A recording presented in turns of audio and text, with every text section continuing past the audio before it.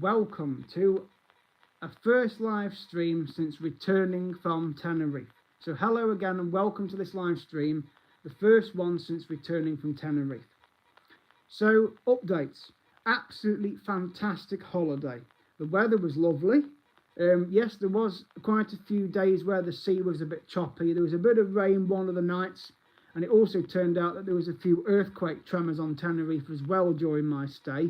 Didn't really feel them because they must have been really low on the Richter scale, but that may have been the contribution of the waves being big in the sea. But anyway, because there wasn't any wind, okay? There wasn't any major strong winds, so it was a bit strange that the waves were crashing in. But anyway, there were quite a few earthquake tremors that were occurring on Tenerife, apparently. That may be the cause. But anyway, apart from that, would highly recommend a visit to Porto de la Cruz. I would also highly recommend a Teide by night trip, whether you go from the south or the north. It's nice to get picked up on a nice coach and to get taken into the national park, to go for a coffee, a toilet stop, to take pictures of Teide and the area of the national park that featured in some films such as Clash of the Titans and the Planet of the Apes, and also to go to to do the sunset and also watch the stars. It was a lovely excursion, well worth the money. The food at the restaurant Papillon was nice as well. You get nice hot soup as a starter, then you get like Canarian chicken with vegetables and potatoes and things, plenty of wine and beers and drinks to have and water. So it was, and a pudding as well, of course, at the end. It was well worth the money. I also went to the Loro Park twice. So I went on the Thursday, basically a week ago today, last Thursday, and went to the Loro Park. Absolutely loved it. Watched the shows, which was the orcas, the sea lions, the parrots and the dolphins. Was able to live stream 3 of them. Didn't really get a signal in the parrot show. But then on my second visit, I discovered that I could have used the free Wi-Fi. So I could have live streamed all 4 of them, but I live streamed 3 of them. So, but I did video footage of the parrots anyway, so that's on my channel.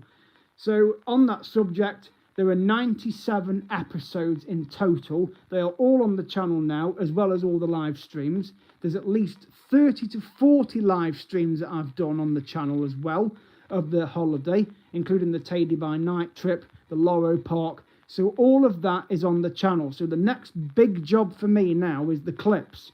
And there's over 1,300 clips. So I know it's going to take me the best part of 2.5 weeks to get them all on. But that's fine, because I know that the views will go through the roof, as they did when I did the cruise ones back in September. Because I did over 1,400 clips for that cruise. And for that 2 weeks, it generated 78,000 views, which got me very close to my million target, which I did eventually reach in October, November last year, 2025. So anyway, so all the episodes of the Tenerife series are now complete. There's 97 of them, as I said, which includes the pre-video I did before I went, plus all the live streams, including when I stayed at the Hotel Leonardo prior to the flight. The flights were good with TUI. There was a little bit of a delay leaving Tenerife on Tuesday evening because of gusty winds back in the UK. Plus, an elderly couple missed their flight at the airport as well in Tenerife because they were late to the gate. So whether illness or dementia or something caused that, I don't know. But they turned up when the gate had closed and they were denied boarding.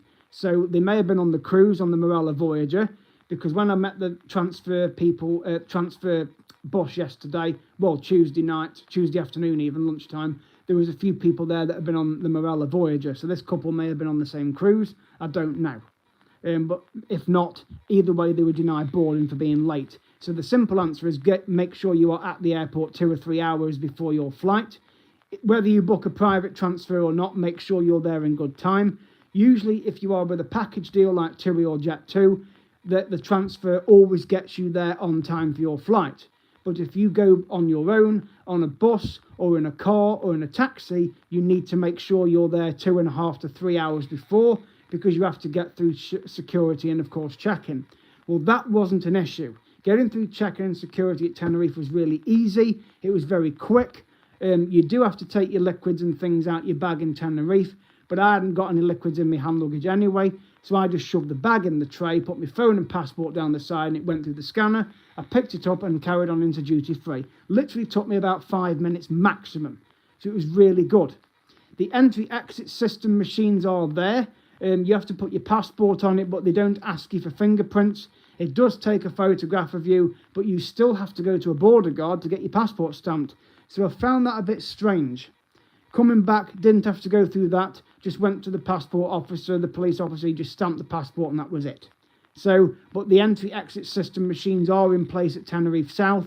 Some of them are working, some aren't. A lot of them were when I landed there the previous Tuesday, which was the same day the mapmaster left. He actually went on the flight back that I landed on. So the plane that we arrived on, he went back on it to East Midlands. His video is getting released Thursday night, so I won't be able to watch it till I've been out and come back. But I'll be able to watch it, and that's his flight home from Tenerife.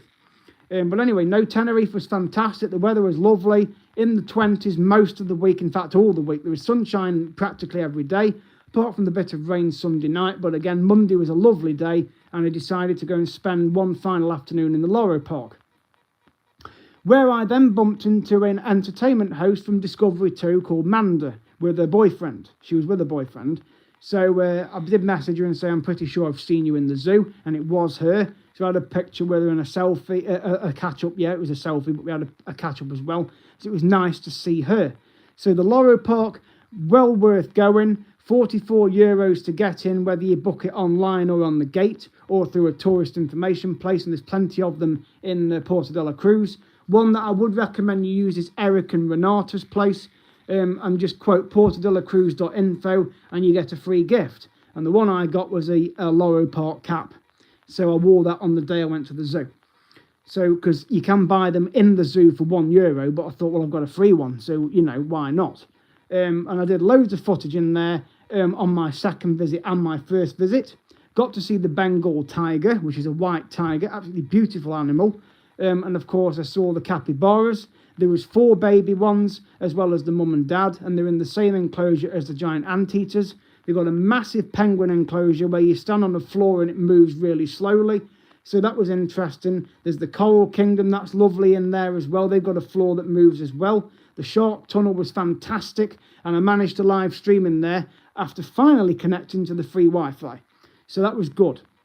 So apart from that, the zoo is well worth a visit, well worth the money. There's plenty of places to eat in there. You can go and watch the shows. They run all day. There's about 3 or 4 shows of each of the animals that you can watch. So it's well worth doing. There's a new bat cave as well.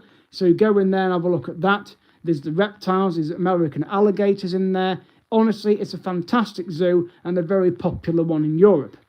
If you stay in the south of Tenerife, you can go to the Jungle Park, which is a very similar zoo. And that looks an interesting place to go. So when I do go to Tenerife again, I will go to the south and go and visit that Jungle Park.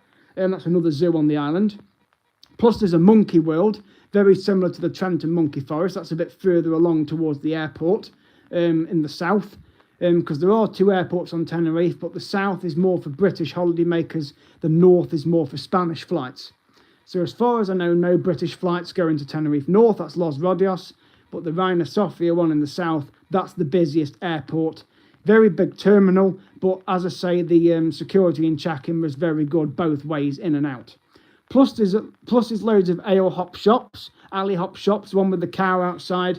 I managed to go in all 3 of them in Porto de la Cruz. I did spend a bit of money in them as well, because I do go in them when I'm in Benidorm. And when I next go to Spain, which will be very soon, I'll be going into another one. So on that subject, Mallorca will be coming up in March, and I've been looking at the cost of the flights and the holidays, and it turns out that going from Birmingham is the cheapest option. So it'll be a Birmingham flight for this next trip to Mallorca, which will be the back end of March. I'm looking at staying in the hotel at the airport as well, and parking on car park 1 where I normally do, and I'll be going with Jack 2. So the plan will be to book the holiday on its own, and then when I'm paid, I'm going to book the car park and hotel at the airport as a package, so I can stay the night at the hotel and go straight across to the terminal the next morning, and then leave the car there and go and have 8 or 9 days in Mallorca. Most likely Alcudia or Campeche. It's going to be one of the 2 anyway, and there's an ale hop shop in Alcudia. Plus I'll go around the old town of Alcudia. So there'll be lots of footage to come from Mallorca. There's loads of clips to be uploaded to the channel from Tenerife. So they're still offloading on the phone, so stay tuned in the next couple of days. I will start uploading the videos. There may be another blog coming up in February as well, whether it's the Monkey Forest or the Rob Baston Animal Zone. And then in March, I intend to return to the Churnick Valley Railway when that reopens. And then, of course, Mallorca at the end of the month. Plus, as well, it's the anniversary of the channel. So there's loads and loads of updates still to come. So hit that subscribe button at CarlSmith25. And as I say, stay tuned for the videos of the Tenerife series, the clips primarily, because all the episodes are done now and the live streams are all on as well. So just go onto that playlist, the first holiday of this year, and it's all on there.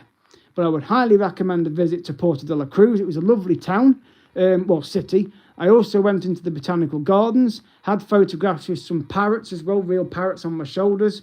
I know sadly one guy was rude when I discreetly took a picture of his parrots. He got right nasty with me and tried to take my phone off me, and then he deleted the photographs. But one thing he forgot to realise was that I could actually recover the pictures, because all he did was press delete like that. He was slamming his finger on the phone like that. No, delete those pictures of my birds.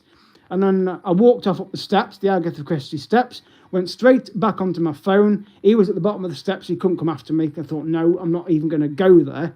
So I went halfway up the steps, went straight onto my recently deleted pictures and just recovered the two that he deleted. So I thought, that's one up for me. So when I went back down the steps, he'd gone. After a while, I thought, no, you're not getting my custom.